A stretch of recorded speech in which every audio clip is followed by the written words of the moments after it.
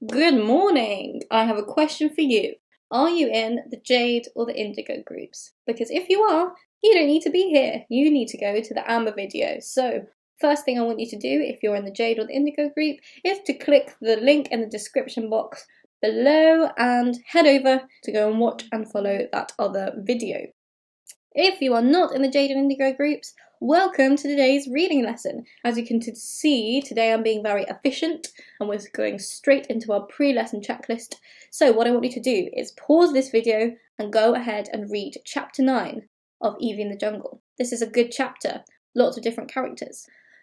Here's a clue as to what the characters are. 4 mosquitoes and a poison dart frog is the name of the chapter. And in a second, it's going to come up on the screen. So pause the video now, go ahead and read this, and then press play after you're done. Hello again, if you're still watching, that means that you should have already read chapter 9 of 4 Mosquitoes and the Poisoned Dart Frog, and now you can write the date and LI. Working on the same skills we've been working on for the last few weeks. The date today, ooh, that's not the right date. It is not the 12th of May, it is the 14th of May 2020, and you need to be able to answer a variety of comprehension questions. Pause the video, write the LI down.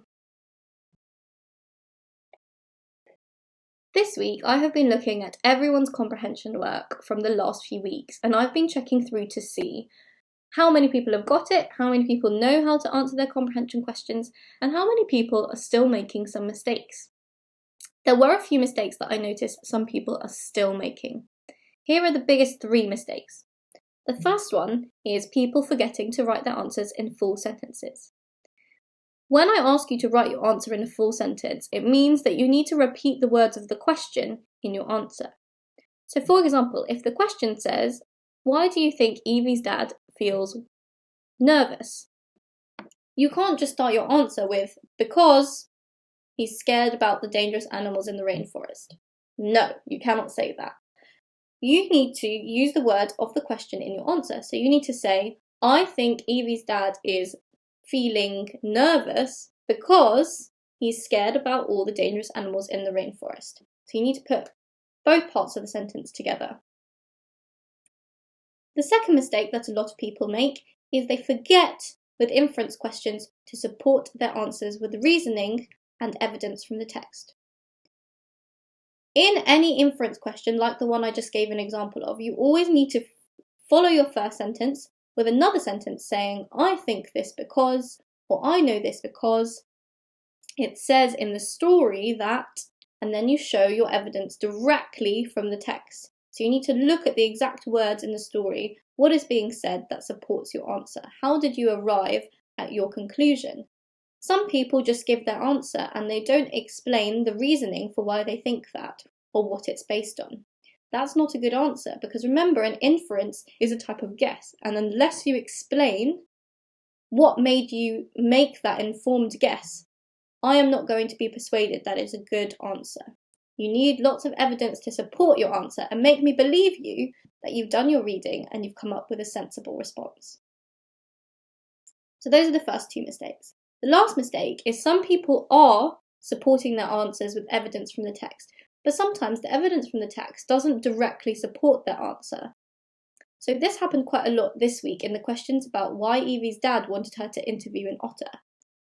Some people said that Evie's dad wanted her to interview an otter because she is good at interviewing animals.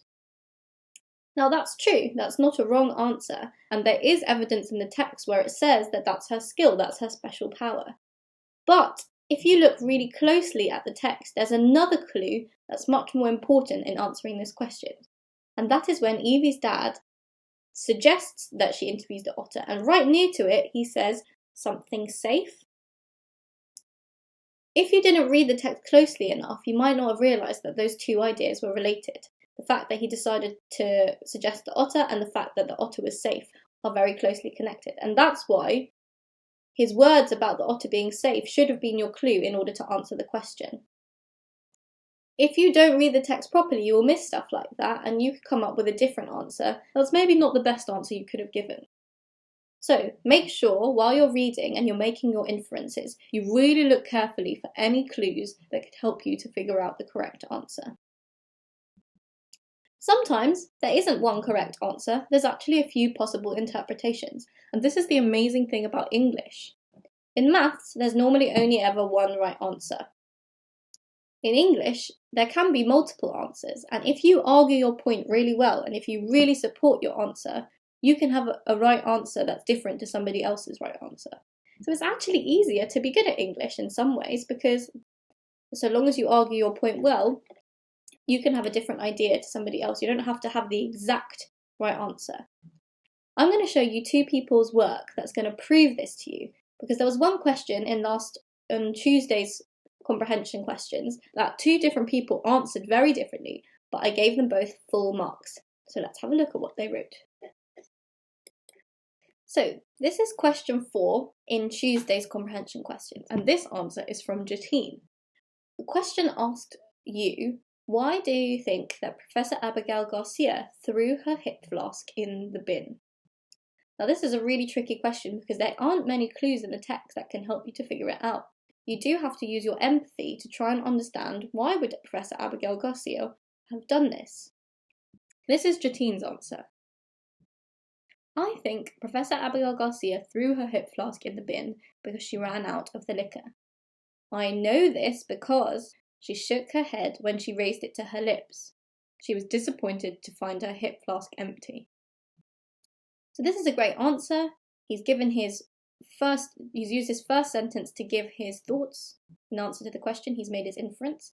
Then he supported this using the phrase, I know this because, and even though he hasn't used direct words from the text, he has told us exactly what happened in the story, because it says she shook her head when she raised it to her lips, which is exactly what happens in the story. Then he's used one further sentence to explain her feelings, and that's him using his empathy. She was disappointed to find her hip flask empty. I gave this answer full marks because he made an inference, it was supported by evidence in the text, and it used empathy, and I was persuaded that could be a reason why Professor Abigail Garcia threw her hip flask in the bin. But somebody else had a completely different answer. This is Fiona's answer. She said, Abigail Garcia threw her hip flask into the bin because she was so excited to start using Evie's idea to interview the animals and save her charity and protect the animals. I think Professor Garcia was excited because she was pacing the room. Now this is a completely different interpretation. Instead of the hip flask being empty, she said that maybe the hip flask wasn't empty, but she just was too excited to actually drink the thing from the hip flask, and she put it in the bin and carried on with the plan. She's used one sentence to explain her idea, and she's given a reasoning for her interpretation of Professor Garcia's feelings that is based on evidence from the text, and she's actually used a quotation. She said, I think Professor Abigail Garcia was excited because she was pacing the room. So even though this is a very different answer, and we don't know which one is the correct answer for sure because we can't ask Professor Abigail Garcia, why did you throw your hip flask in the bin? But you could interpret it in both ways because there's evidence and there's clues for both. So both of these people got full marks. Well done. Now we've reminded ourselves of how to avoid the common pitfalls of answering comprehension questions, and you've seen some really good examples. We're going to have a go at another set of tricky comprehension questions. I'm going to do one example with you, and then you're going to have a go at the rest of the questions on your own as usual. You can see on this side that there are a few different types of questions other than the ones that we're used to. So you should recognise the R there, which stands for retrieval questions. You know those, they're easy, you just find the information from the text. It's normally obvious, you don't need to support your answer with evidence because it's an obvious answer. And we know our inference questions are I, and the E stands for empathy, so when you need to add a bit more information as to why the characters feel that way, or what caused them to do certain actions. The other two types of questions is V. V stands for vocabulary, so that's a type of question that's testing what words you know. It's quite easy, you just need to answer the question about what this word means. If you're not sure what it means, have a look at where it is in the story and see if you can have a guess from the context as to what it could mean. Even if you're close, you could still get a mark. The P stands for prediction. Now, we have done prediction questions before, but I don't normally use the letter to show you it's a prediction question. But this question, number 5, is a simple what's going to happen next. My example question today is, how do you think Evie feels about the poisonous frog? Of course, the first thing I need to do is go to the bit in the text where is the poisonous frog. And I've already got it up here for you. You can see there's the picture of the frog up there. And I'm looking for clues as to how Evie feels about the frog. So I'm just going to read it through. It was a poison dart frog. It had enough poison on its skin to kill 20 men. But Evie also knew that it wasn't venomous, meaning it didn't go out of its way to bite you and transmit poison that way, like a snake. It just killed you if you licked it or touched it or tried to eat it. Stay away, the creature, a female thought. Don't worry, we're not going to hurt you. Oh, that's good. For you, I mean. I know, you're poisonous. Yep, said the frog, laughing. I am the deadliest. I am a mean green killing machine.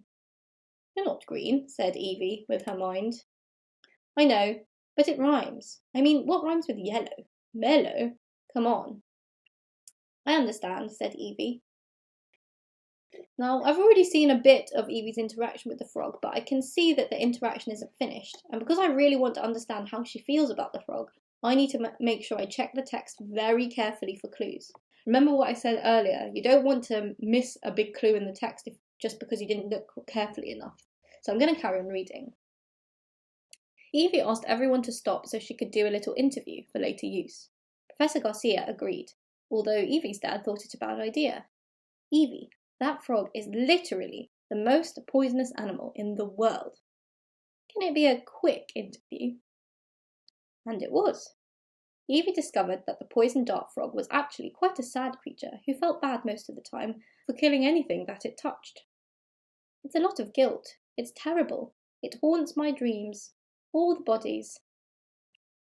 Evie learnt that the frog sang sad songs to itself all day long. One of the songs was called Beautiful Poison. It's a masterpiece, if I do say so myself. So now I've read the whole section about Evie's interaction with the frog. The question's asking me, how do I think Evie feels about the poisonous frog? Now I need to be careful that I don't get tricked. Remember, the question is asking me, how do I think Evie feels, not how I feel, or any other character feels. And I can't just guess, I actually need to look in the text. If I were to just guess, I would probably say that Evie's scared of the frog because, come on, it's a poisonous, venomous frog that is the most deadly creature alive. An easy guess would be to say that she's scared of it. But that would be a bad guess because there's nothing in the text that actually tells me she's scared of it. She talks to it, she interviews it, she doesn't say that she's scared of it at all.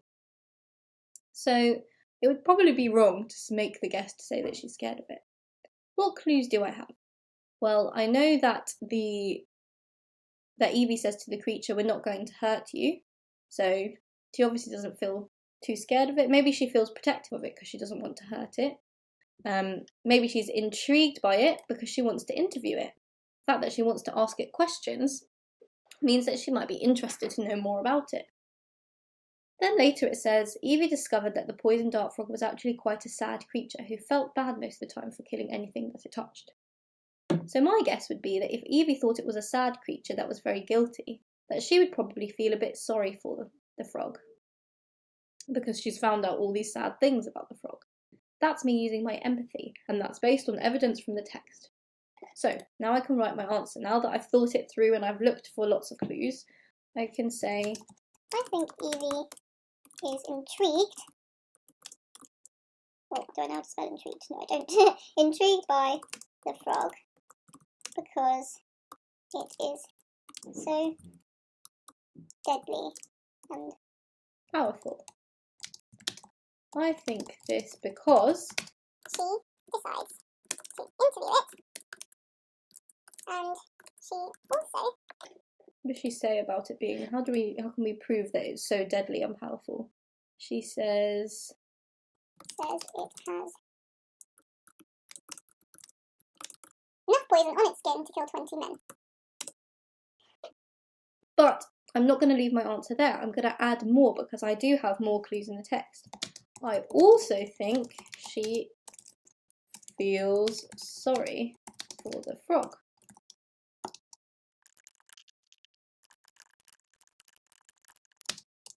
I think this because it says that Evie discovered that the poison dart frog was actually quite a sad creature.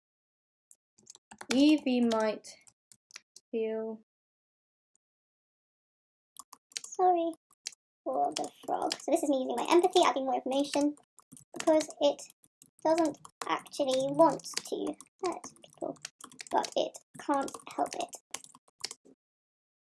So you can see that for the inference and empathy questions, I do need to give lots of detail, lots of evidence, and I really need to explain my answers. So make sure you do that for questions 3 and 4. And make sure you remember how you need to answer each question. So what kind of structure you need to use, what kind of information you need to include, and how you need to answer the questions in full sentences.